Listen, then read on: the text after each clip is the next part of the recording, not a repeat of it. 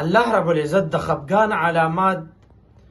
د ډېر علامات دي چې الله رب العزت د سړي نه خپي د انسان نه الله خپي پته بوته څنګه لګي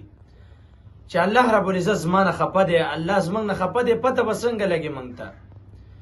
نو دې مختلف علامات یو علامات دا دی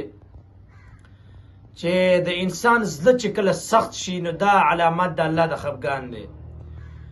دویم عبادت یې زړه نه کېږي عبادت ته ورنږدې کېدی نه شي دا د الله د خفګان علامت دی دریم په ګناه کې د خوند میلاویږي چې کله ګناه کوي یو مزه او لذت ته میلاویږي دا د خفګان علامت دی د الله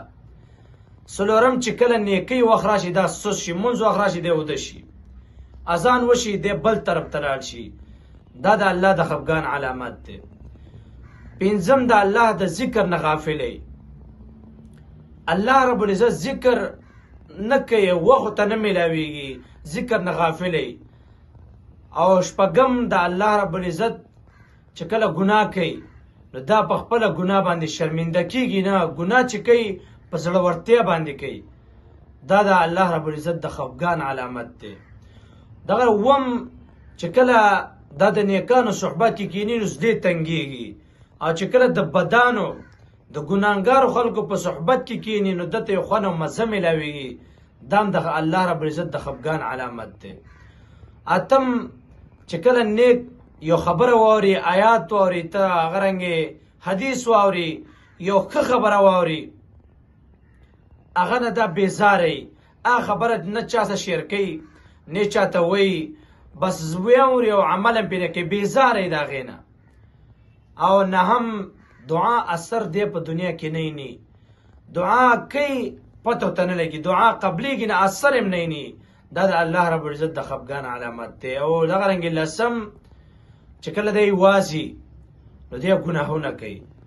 او یوازې چې انسان ګناه کوي دا ځان له چې انسان ګناه کوي دا د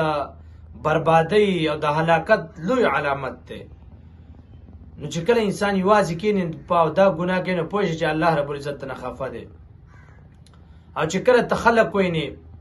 او د هغوی مخې ته ځان نیک جوړ کړي بزرګ د ځان نه جوړ کړي او یوازې ګناه کې نو دې انسان ته ریاکار ویلی کېږي دا ریاکار دی دنه الله رب العزت خفه دی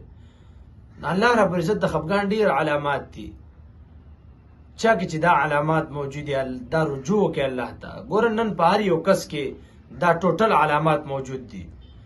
د هغې باوجود موږ ګیله کوو الله رب العزت د دې خلکو نه خفه دی داسې مه وایه الله رب العزت زموږ نه خفه دی زما نه خفه دی ځکه دا علامات په موږ ټولو کې موجود دي